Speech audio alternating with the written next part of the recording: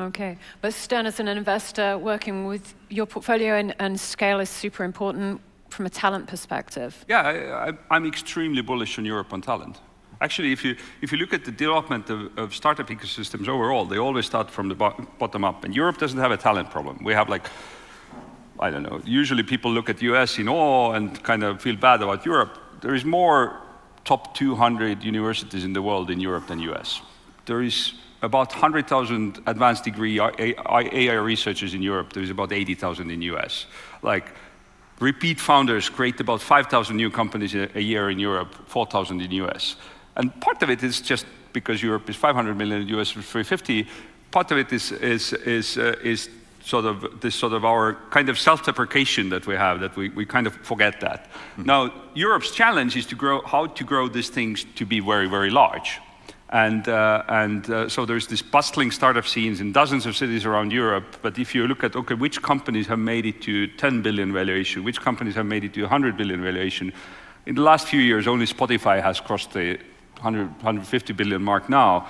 And it takes decades for that, but we have a bunch of runners-up coming. So I think our challenge is to grow these companies big enough, exciting enough, ambitious enough, not sell them too early, build global champions from Europe, and the side effect of that is that we are already seeing people returning from US.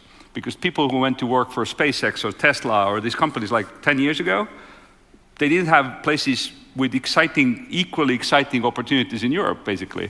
And now we see our portfolio companies hiring them, because if you're building a fusion energy plant, if you're building space capsules, if you're building AI that flies fighter jets, these people actually want to work on these problems, and they miss Europe and they want to be back. So, and we backed amazing founders coming out of Palantir who were Europeans who went to work with Palantir, and now they're building the next company in Netherlands, for example. So this sort of circulation, I see that a lot, and the only two things that top talent needs is give me people to work with that are smarter than me so I can learn, and give me the hardest problems possible to solve. And once you have those two, people will flock to you. Yeah.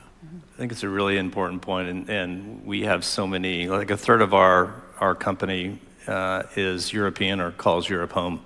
And as an example of your point is when NATO elected to deploy the software, I had so many engineers in the US saying, I want to come home, I want to be a part of doing my part for my nation and my continent and their national security.